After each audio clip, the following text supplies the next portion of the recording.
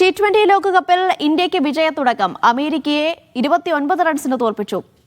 162 runs വിജയലക്ഷ്യം പിന്തുടർന്ന അമേരിക്കയ്ക്ക് 20 ഓവറിൽ 132 റൺസ് എടുക്കാനേ സാധിച്ചുള്ളൂ. മുഹമ്മദ് സിറാജ് 3-ഉം അർഷ്ദീപ് സിംഗും അക്സർ പട്ടേലും 2 വിക്കറ്റ് വീതവും വീഴ്ത്തി.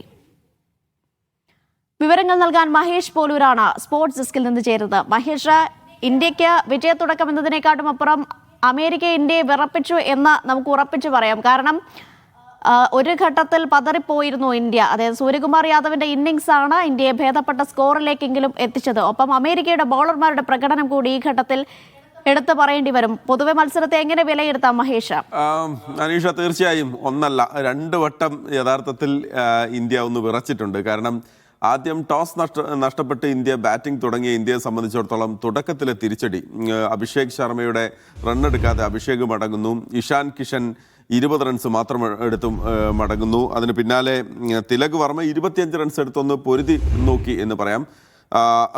ശിവം ദുബെ നേരിട്ട് ആദ്യ പന്തിൽ തന്നെ ശിവം ദുബെയുടെ വിക്കറ്റ് നഷ്ടമാകുന്നു. റിങ്കു സിംഗും ഹാർദിക് പാണ്ഡ്യയും വന്ന വഴി തിരികെ പോകുന്നു. അപ്പോഴൊന്ന് ഇന്ത്യ വിറച്ചതാണ്. 77 റൺസ് എടുക്കുന്നതിനിടെ ഇന്ത്യ 6 വിക്കറ്റ് എന്നുള്ള നിലയിലേക്ക് ഒന്ന് കൂപ്പുകുത്തിയതാണ്. പക്ഷേ അവിടെ ക്യാപ്റ്റൻ സൂര്യകുമാർ യാദവിൻ്റെ ഒരു ആ സാഹചര്യത്തിനൊത്തുള്ള ഒരു പ്രകടനം എന്ന് പറയാം. സൂര്യകുമാർ യാദവിൻ്റെ ഒരു പ്രകടനമാണ് ടീം ഇന്ത്യക്ക് തുണയായത്. അക്സർ പട്ടേൽ 14 റൺസ് എടുത്തൊരു നേരിയ പിന്തുണ അദ്ദേഹത്തിന് നൽകി. പക്ഷേ സൂര്യകുമാറാണ് ഇന്ത്യയുടെ കളി മുന്നോട്ടേക്ക് കൊണ്ടുപോയത്. അദ്ദേഹം 84 റൺസ് എടുത്ത് പുറത്താകാതെ നിന്നു. ഒരു വേള ഇന്ത്യ 150 കടക്കുമോ എന്ന് പോലും ശങ്കിച്ചിരുന്ന ഒരു സാഹചര്യത്തിലാണ് 161 എന്ന ഭേദപ്പെട്ട നിലയിലേക്ക് സൂര്യകുമാർ യാദവ് ഇന്ത്യയെ കൈപ്പിടിച്ച് കൊണ്ടുപോയത്. പക്ഷേ പിന്നീട് നമ്മൾ കണ്ടത് അമേരിക്കയുടെ ബാറ്റിംഗ് നിരയിലേക്ക് വരുമ്പോൾ, ഇപ്പോൾ അമേരിക്കയെ പറഞ്ഞു പോകുമ്പോൾ നേരത്തെ അനീഷ പറഞ്ഞ ഏറ്റവും പ്രധാനപ്പെട്ട കാര്യം അമേരിക്കയുടെ ബൗളർമാരെ കുറിച്ച് പറയാതെ വയ്യ എന്നുള്ളതാണ്. അതിൽ ഏറ്റവും നമ്മൾ എടുത്തു പറയേണ്ട ഒരു ബൗളർ ഷാഡ്ലി വാൻ ഷാൽക്വിക് എന്ന് പറയുന്ന പേസറാണ്. അദ്ദേഹം 4 ഓവർ എറിഞ്ഞ് 25 റൺസ് മാത്രം വഴങ്ങി 4 വിക്കറ്റുകൾ അദ്ദേഹം വീഴ്ത്തിയിട്ടുണ്ട്. ഒപ്പം തന്നെ ഹർമീത് സിംഗ് 2 വിക്കറ്റ് ഹർമീത് സിംഗും വീഴ്ത്തിയിട്ടുണ്ട്. അലി ഖാൻ എന്ന് പറയുന്ന പേസ് ബോളർ, അദ്ദേഹം 2 ഓവർ എറിഞ്ഞ് 13 റൺസിന് 1 വിക്കറ്റ്. അദ്ദേഹം പക്ഷേ ഇടയ്ക്ക് ഫീൽഡ് ചെയ്യുന്നതിനിടെ ഒന്ന് താഴെ വീണ് അദ്ദേഹത്തിന് പരിക്ക് പറ്റി. അദ്ദേഹം തിരിച്ചു പോയില്ലായിരുന്നെങ്കിൽ അദ്ദേഹവും തുടക്കത്തിലൊരു ഉഗ്രൻ പേസ് ബോളറാണ് അദ്ദേഹവും. അപ്പോൾ അങ്ങനെ എല്ലാ ബൗളർമാരുടെ അമേരിക്കയുടെ ബൗളർമാർ ഒരു മികച്ച പ്രകടനം വാങ്കഡയിൽ കാഴ്ചവെച്ചു. മറുപടി ബാറ്റിങ്ങിന് ഇറങ്ങിയ അമേരിക്കയ്ക്ക് തുടക്കത്തിൽ തന്നെ തിരിച്ചടിയായിരുന്നു. മുഹമ്മദ് സിറാജിന്റെ മിന്നുന്ന ഫോം നമ്മൾ അവിടെ കണ്ടു. ആൻഡ്രിസ് ഗോസ് അവരുടെ വിക്കറ്റ് കീപ്പർ ബാറ്ററാണ്, അദ്ദേഹം പുറത്തായി. ഒപ്പം തന്നെ മുക്കമ്മൽ അവരുടെ ഓപ്പണിംഗ് ബാറ്ററാണ്, അദ്ദേഹവും വളരെ പെട്ടെന്ന്. പക്ഷേ നമ്മൾ എടുത്തു പറയേണ്ടത് അമേരിക്കയുടെ മധ്യനിരയിലെ ബാറ്റിംഗ് പെർഫോമൻസ് ആണ്. 3 ബാറ്റർമാരും ഇന്ത്യൻ വംശജരായിട്ടുള്ള ആളുകൾ തന്നെയാണ്. അതിലൊന്ന് മിലിന്ദ് കുമാർ 34 റൺസ് അദ്ദേഹം എടുക്കുന്നു. സഞ്ജയ് കൃഷ്ണമൂർത്തി 37 റൺസ് എടുക്കുന്നു.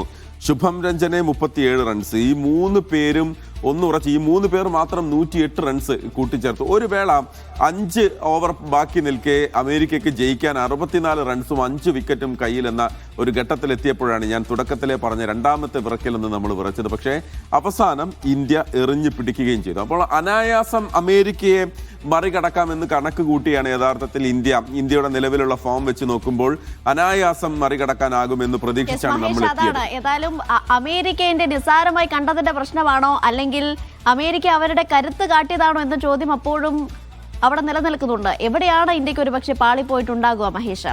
തീർച്ചയായും. ഇപ്പം ഈ നിലവിലുള്ള ഇന്ത്യയുടെ ഒരു ഫോം, ടോസ് നഷ്ടപ്പെട്ടപ്പോൾ തന്നെ യഥാർത്ഥത്തിൽ ഒന്ന് നമുക്കൊരു പിഴവ് അതിലുണ്ട്. കാരണം ടോസ് നഷ്ടപ്പെട്ട് ബാറ്റ് ചെയ്ത വാങ്കഡയിലെ പിച്ചിന്റെ ഒരു സ്വഭാവം തുടക്കത്തിൽ അമേരിക്കയുടെ പേസ് ബോളർമാർക്ക് നല്ല ഒരു മൂവ്മെന്റ് കിട്ടുന്നുണ്ടായിരുന്നു. നല്ല രീതിയിൽ ബോൾ സ്വിങ് ചെയ്യുന്നുണ്ടായിരുന്നു. തുടക്കത്തിൽ നമ്മളെ ബാറ്റർമാർ ഇഷാൻ കിഷൻ ആദ്യത്തെ 2 ഓവറൊക്കെ ബാറ്റ് ചെയ്യുന്ന സമയത്ത് ഇഷാൻ കിഷന്റെ ബാറ്റിലേക്ക് ഇപ്പം നേരെ അദ്ദേഹം ബാറ്റ് വെക്കുന്നുണ്ടായിരുന്നു. പക്ഷെ പലപ്പോഴും കണക്ഷൻ കിട്ടുന്നുണ്ടായിരുന്നില്ല, ഡീവിയേറ്റ് ചെയ്ത് പോകുന്നുണ്ടായിരുന്നു.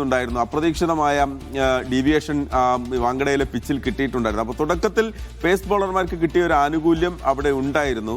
അപ്പോൾ ഇന്ത്യയുടെ നിലവിലെ ഫോം വെച്ച് അമേരിക്ക ഇന്ത്യക്ക് മുന്നിൽ ഒന്നുമല്ല എന്ന് നമുക്കറിയാവുന്ന ഒരു കാര്യം തന്നെയാണ്. അപ്പോൾ ഒരു പക്ഷേ ഓവർ കോൺഫിഡൻസ് ഒന്നും നമ്മൾ പറയുന്നില്ല. പക്ഷേ നമുക്ക് അമേരിക്കയെ നമ്മൾ തുടക്കത്തിൽ ഈ കളി തുടങ്ങുന്നതിന് മുൻപൊന്ന് ചെറുതായി കണ്ടിരുന്നു എന്നുള്ളൊരു കാര്യമുണ്ട്. അതിപ്പോൾ അമേരിക്കയാണ് വലിയ എക്സ്പീരിയൻസ് ഇല്ലാത്തൊരു ടീം. പക്ഷെ കളിക്കളത്തിലേക്ക് വന്ന സമയത്ത് ഇപ്പോൾ അമേരിക്കയുടെ ഒരു കാര്യം, അമേരിക്കയുടെ ഫീൽഡിങ്ങിൽ വന്നിരിക്കുന്ന പിഴവ്, ആ ഫീൽഡിങ്ങിൽ വന്നിരിക്കുന്ന പിഴവ് എടുത്തു പറയാം. ഇപ്പോൾ സൂര്യകുമാർ യാദവ് തുടക്കത്തിൽ തന്നെ സൂര്യയുടെ വിക്കറ്റ് പോകേണ്ടതായിരുന്നു. ഒരു റിട്ടേൺ ക്യാച്ച് അത് കയ്യിലെടുത്ത ശേഷം ഒന്ന് വഴുതിപ്പോയതാണ്. അപ്പോൾ ഒന്ന് രണ്ട് ക്യാച്ചുകൾ മിസ്സാക്കുന്നു, ബൗണ്ടറികൾ അങ്ങനെ അനായാസം മിസ്സാക്കുന്നു. അതുകൂടി ഇല്ലായിരുന്നെങ്കിൽ ഒരു പക്ഷേ ഇന്ത്യയുടെ സ്ഥിതി വളരെ പരുങ്ങലാവുന്നൊരു അവസ്ഥയിലേക്ക് വന്നേനെ. അപ്പോൾ ഈ T20 ക്രിക്കറ്റാണ് ഇന്നിപ്പോൾ നമ്മൾ വൈകിട്ട് നടത്തിയ നമ്മളെ ഷോക്കകത്ത് എസ് മനോജ് നമ്മളോട് പറഞ്ഞു T20 ക്രിക്കറ്റാണ്, ക്രിക്കറ്റിൽ എന്തും സംഭവിക്കാം. ഒരു ബാറ്റർ എത്ര വലിയൊരു ബാറ്റർ ആണെങ്കിലും ഒരു നല്ല ബോൾ വന്നാൽ അവിടെ തീർന്നു എന്നുള്ളത് കൊണ്ട് തന്നെ അത് അങ്ങനെയാണ് ആ കളിയുടെ ഒരു ശൈലി എന്ന് പറയുന്നത്. അപ്പോൾ ജയിച്ചു, വിയർത്ത് ജയിച്ചു, കളിച്ചു ജയിച്ചു എന്ന് തന്നെ പറയുന്നതാകും. പക്ഷെ അമേരിക്ക നൽകുന്ന സൂചന, നേരത്തെ ആദ്യ മത്സരത്തിൽ പാകിസ്ഥാൻ ജയിച്ചെങ്കിലും നെതർലൻഡ്സ് മുന്നോട്ട് വെച്ചിരിക്കുന്ന ഒരു പോരാട്ട വീര്യമുണ്ട്. അപ്പോൾ നമ്മൾ ചെറിയ ടീമുകൾ എന്ന് പറയുന്ന ഒരു സങ്കല്പം ഇല്ല യഥാർത്ഥത്തിൽ ഇതിനകത്ത്.